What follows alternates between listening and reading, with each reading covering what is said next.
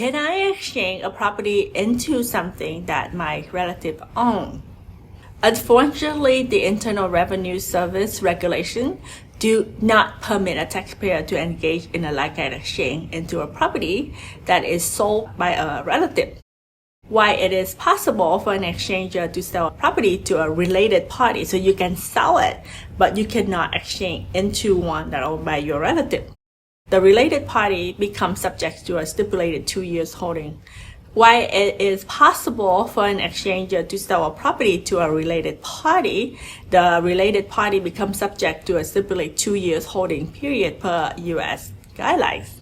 So you can sell your relinquished property to a related party, but you cannot exchange into a replacement property that is owned by your relative.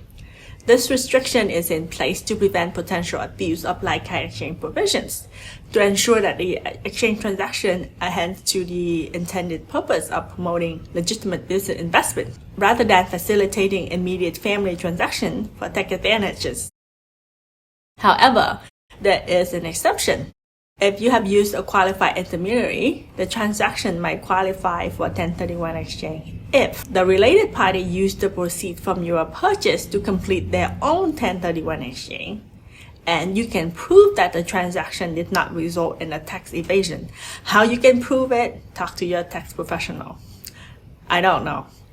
In the end, if you are questioned by the IRS, so be ready to make sure you can prove your intention that was not for tax evasion.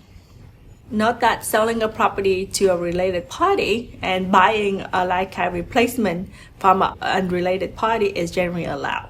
However, the transaction must be completed through a qualified intermediary, and the 2 years holding period still applies.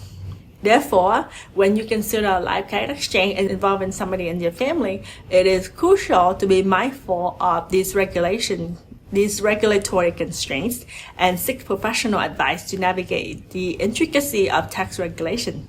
Let's move on to the next question.